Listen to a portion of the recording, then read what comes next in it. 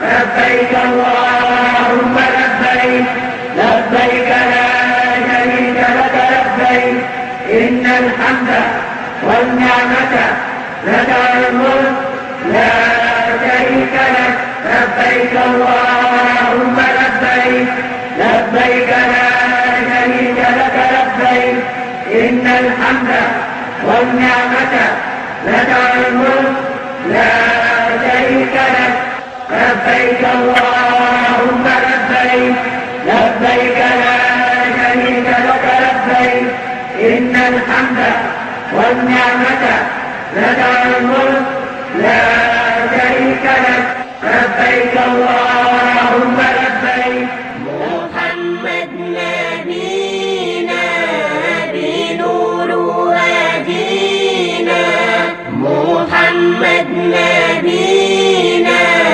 بنور هدينا. The board of management of the National Hajj Commission of Nigeria NAHCON, led by its chairman Barrister Abdullah Mukhtar Mohammed, paid a courtesy call on the Deputy Governor of Enugu State, Right Honorable Cecilia Eziolo. The visit was on the sidelines of the annual board meeting of the commission in Enugu. During the courtesy call, NAHCON chairman commended the state government for supporting its pilgrims and the board. He also praised pilgrims from Enugu State for conducting themselves orderly and responsibly during the 2018 Hajj exercise in Saudi Arabia. He then requested for more support from the Enugu State government in the area of providing the state's Pilgrims Welfare Board a befitting office accommodation in order to raise its licensing status, also needing is a befitting pilgrims camp for enlightenment and operational purposes, as well as other requirements for successful Hajj exercises. The Deputy Governor appreciated the Commission for its decision to hold its 21st 2019 meeting in Enugu State, saying that it is the first of its kind by the Commission. He gave the assurance that the request made by NAHCON will be forwarded to the Governor for further consideration. As part of their stay in Enugu State, board members and management of NAHCON, led by the Commission's chairman Barrister Abdullah Mukhtar Mohammed, visited the Enugu Pilgrims Reception Center. The board member representing Southeast, Alhaji Ibrahim Eziani, conducted the team round the premises.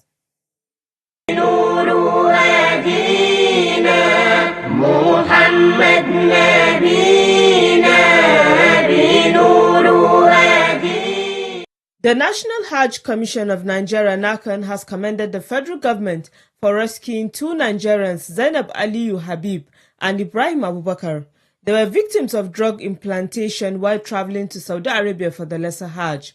The busting of a drug cartel at the Aminu Kano International Airport, responsible for the alleged criminal act, paved way for the release of the two Nigerians who had already been detained to face drug-related offenses punishable by death in the kingdom. They were both released to the Nigerian authorities in Jeddah after the intervention of the federal government. The president personally assigned. In an interview, NAHCON Head of Public Affairs Fatima Sanda Usara says the intervention of the federal government is highly commendable. The president personally instructed the Attorney General of the Federation to carry up her case in Saudi Arabia.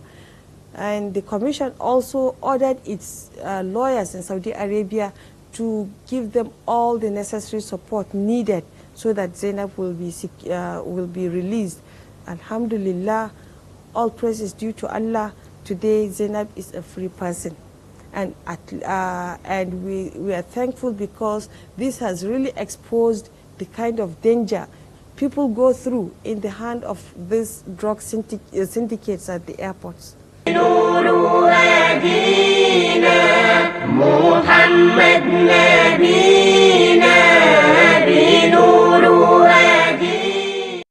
National Hajj Commission of Nigeria NAHCON is continuing with the issuance of licenses to state pilgrims welfare boards. Only states that have met the requirements laid down by NAHCON are issued such licenses. Shedding light on the matter in an interview, NAHCON Head of Licensing Division, Ali Dushuti, spells out the conditions, saying that so far 20 states have been issued licenses. License for the state pilgrims welfare boards and agencies is renewable after 2 years. The last one was issued to state pilgrims welfare boards about 2 years ago. So after the expiration of that one, that's why the procedure and process of renewal of this license is still ongoing. He advised states that are successful to use the licenses to provide their pilgrims the best services during the Hajj. He advised to state pilgrims welfare boards, especially those that have been issued this license, they should know its instrument of authority, and for them to take management of Hajj as a manner to make sure they provide the best services for the guests of Allah, because they are there to represent the interests of the pilgrims. And whatever they want to do, they should make sure it's the best. It's the best and it's the best for the guests of Allah. 17 state pilgrims welfare boards are yet to renew their license for the 2019 Hajj operation.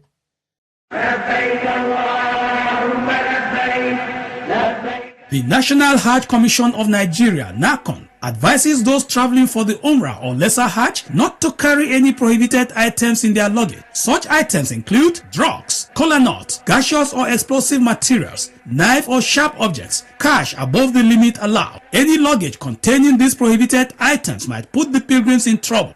NAHCON also warns Umrah pilgrims not to allow anybody to carry or check in luggage on their behalf at airports, either in Nigeria or Saudi Arabia. Doing so is dangerous, as these prohibited items could be put in your luggage, thereby implicating you. Remember, all luggage are subjected to customs check at airports. Wishing you a successful Umrah.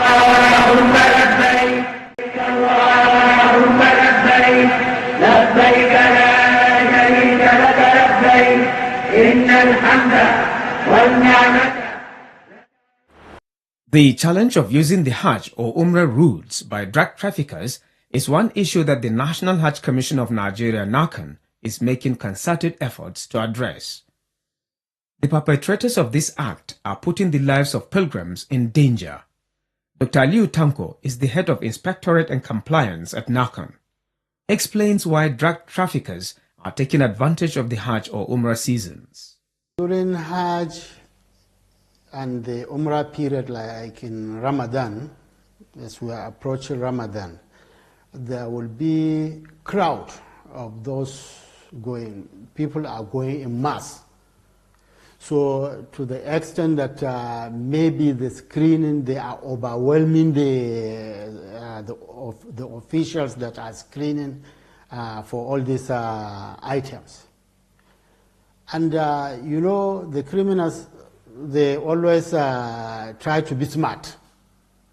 And that is why they look at people and then analyze, maybe we can use this personality. In combating the menace of drug trafficking during Hajj and Umrah, the National Hajj Commission of Nigeria, NAHCON, is coming up with a number of measures. These include carrying out intensive pilgrims enlightenment campaigns in order to acquaint them with the do's and don'ts associated with international trips, particularly when traveling to Saudi Arabia, as well as the dangers of carrying drugs and other prohibited items. The National Hajj Commission of Nigeria, under the current leadership, is doing very well to ensure that our pilgrims are well enlightened and educated on the need to be extra cautious regarding their luggage and other valuables. If you could remember, the National Hajj Commission of Nigeria, just of recent, has restructured the Pilgrims and Enlightenment Unit and created Pilgrims Civic Orientation in order to address the issue outside the manasik. One of such responsibility of the division, the section, is to enlighten the pilgrims on how to go about their Hajj. Any opportunity comes our way, we tell both the pilgrim, the intending pilgrims, and even the general public the implication of carrying anything that is prohibited, especially to do with drugs. We will enlighten them on some tips.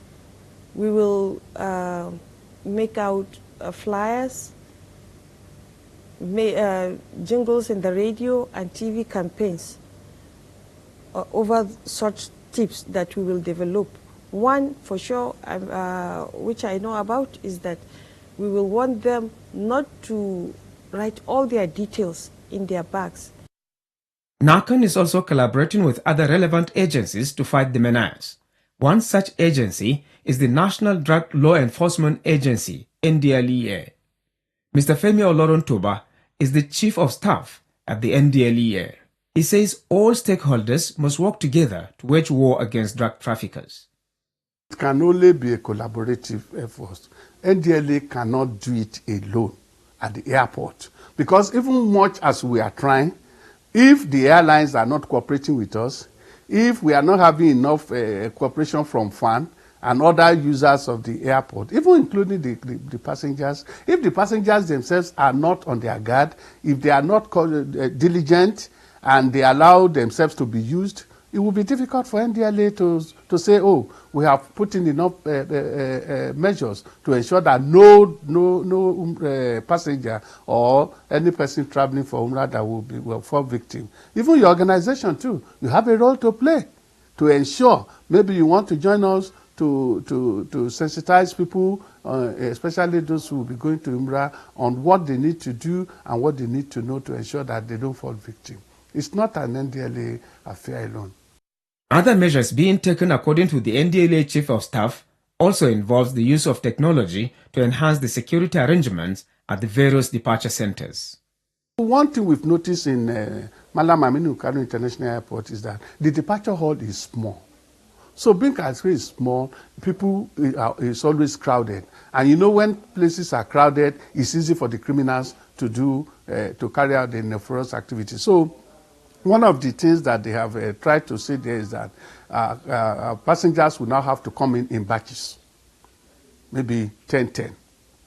So when the 10 has been screened and they have taken their luggages, another 10 will be allowed, another 10 will be allowed. So with that, you will be able to monitor who is there that wants to carry out any illegal activity. So that is just one other things that the airport community is trying to do. The only thing we will do, we will just continue to maintain our surveillance. We will continue to be vigilant as an organization, and we will make sure that we put our men on ground, the much that we have, to ensure that we cover all the beats, for that has been assigned to NDLEA. The ultimate responsibility lies with the pilgrim to be vigilant over their property, at their luggage at the airports. Of course, we'll try to ensure that all necessary technology to detect such scam, to scan pilgrims' luggage are in place. We cannot do that alone. We'll do that in conjunction with FAN, airlines, and other sister agencies. Similarly, NAHCON is working with Saudi government to identify the kind of drugs classified by their laws as prohibited, so as to adequately inform Nigerians on the dangers of carrying such items. Every year we sign a kind of memorandum of understanding with the Saudi authorities.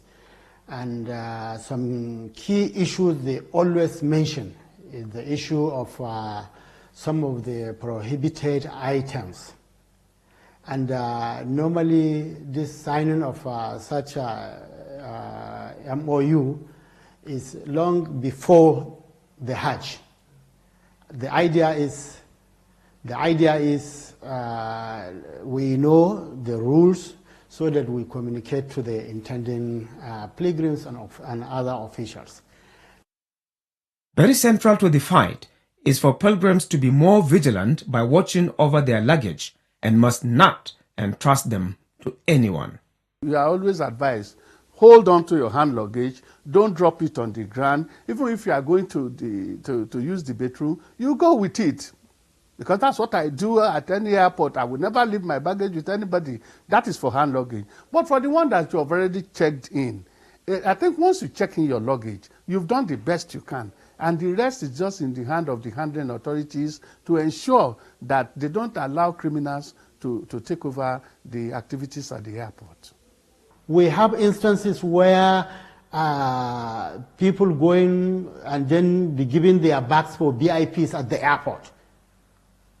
If you remember, we had cases where some people were, some agent put in the name of doing VIP for some VIP people, put drugs in their bags. They didn't know until when they arrived in the Saudi Arabia and they were apprehended.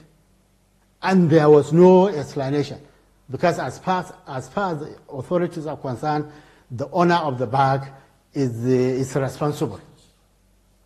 So right now, some people are there in the jail, waiting for trial. Anywhere they are moving, they make sure that their luggage is with them.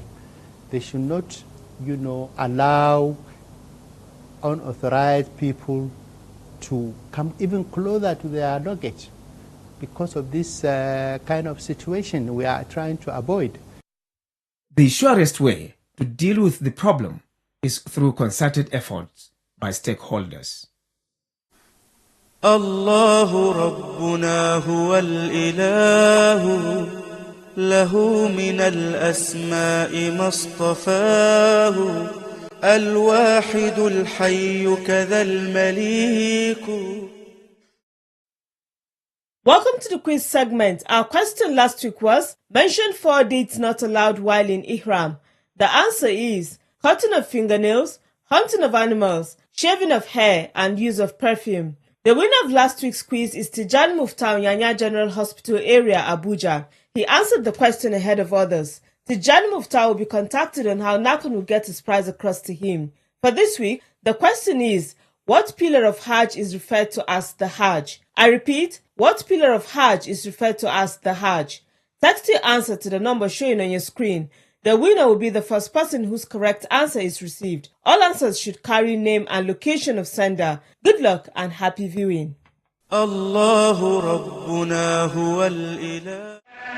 شريك لك لبيك إن الحمد والنعمة لك الملك لا شريك لك لبيك اللهم لبيك.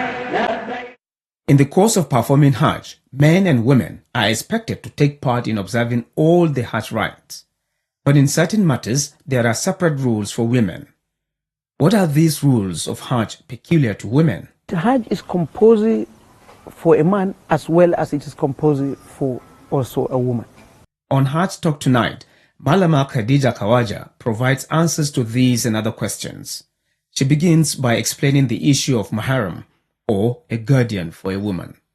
Majority of the Islamic jurists, Islamic scholars are of the opinion that based on the hadith, related and from the Prophet ﷺ, that it is not befitting of a believing woman to travel a long journey without the company of her mahram. So they are of the opinion that Hajj does not become compulsory on a woman unless she has with her in her company during the Hajj that mahram. There are some scholars of Islam who opined that a woman can travel for Hajj in a company of trusted people. So once there are trusted people, even if they are not none among them is her mahram, she can travel. What types of clothes are recommended for women when assuming ihram? There is no specification as to what she wears during ihram. But again, like we keep telling people, women are allowed to wear anything for ihram, as a kind of, dressing for performance of Hajj. But again, there are conditions. One of it is that a woman is allowed to wear any color, whether blue, green, white, whatever color. But again, there's a caveat. And that caveat is that women must not wear what will attract attention. While chanting the talbiyah, women must do it with modesty. The talbiyah, how she says it is, for example, she can say it in any way she can hear it and those around her can hear it. But maybe, let's put it this way, to avoid fitna, to avoid making other men, because people are created differently. There's a way a woman speaks and then it touches other men. So if she knows that doing so will cause fitna, then it is better she says the talbiyah in a very soft manner without raising her voice. So she can say it to her hearing and to the hearing of those close to her. For example, there's nothing wrong in saying, Labbaik Allahumma labbaik, labbaik la sharika lak labbaik, inna alhamda wa ni'mata laka wal mulk la sharika lak. So there's no harm if another man passing by gets to hear me saying it. There's no harm if a man sitting next to me in the bus hears what I'm saying. There's no harm, provided within me and my God, between me and my Creator, I know that I am not doing it to seduce the person sitting next to me. Women are not expected to observe tawaf or circumambulation of the Kaaba when in their menstrual cycle or just gave birth. Tawaf is like salah. You don't enter tawaf without ablution. It's like salah. The only difference is that in salah, you don't talk, but in tawaf, you can talk when it is necessary. So from here, we got the understanding that a woman who is observing her menstrual period can do all of the things that all other pilgrims do during her menstrual period, but she cannot go to Haram or any other mosque for that matter. But specifically for Hajj, she cannot enter Haram, and perform a tawaf. But that she stays until when the menstruation is over, she takes her ritual bath. Women who are observing postnatal bleeding or during menstruation cannot do tawaf of the house of Allah. While in Haram, women must not mingle with men in trying to touch the black stone. It is required of women not to insist that they must touch the Hajar al-Aswad, especially when there's congestion. We must never insist as women that we must touch the Hajar al-Aswad if there's congestion. Because in doing so, two things will happen. You have to push men, and it is haram for a woman to touch the body of another man that is not necessarily her husband or necessarily among the mahram, people that she is allowed to touch. So in doing so, she will do that, which is haram. Secondly, she might injure someone, and it is haram, to injure or to cause somebody to injury. Pregnant women are advised not to go for Hajj until they are put to bed.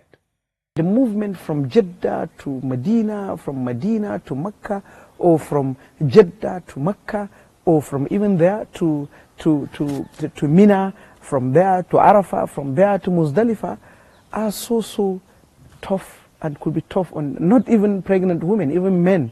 It's tough on them, not to talk of a woman who is pregnant. So, like we said, it is very, very important, the life of the mother, not only the mother, but even the life of the child that is being expected. So, and that's why doctors are of the opinion now that it is better for the woman to wait until after her delivery, she can go for Hajj. And I think I subscribe to that. I quite agree with that, because there are a lot of instances that women had miscarriage. Sometimes it might even lead to death. And so, and one of the principles of Islam is that there's no harm. People should not cause harm on themselves and not also cause harm on others. Malama Khadija Khawaja stressed the need for women to participate in pilgrims' enlightenment programs in order to acquire more knowledge about Hajj. Every pilgrim must observe his Hajj according to the way the Prophet ﷺ observed it. Now, how can I do it the way the Prophet without learning? So that means that we have to learn. And that's why I'm calling on all pilgrims that any Hajj performed outside the way the Prophet performed it is null and void. It's a waste of time, it's a waste of energy, it's a waste of resources. And so let us go and learn how Hajj is performed. And I'm so happy and grateful that in all of the 36 states of the country, including some local government in other states, you find that some of these workshops and trainings on how Hajj should be the rituals of Hajj are being performed, are being taught, especially on weekends, Saturdays and Sundays, especially for those who work. So it is incumbent upon all of us as intending pilgrims for the sake of Allah and for His Prophet to go and learn it.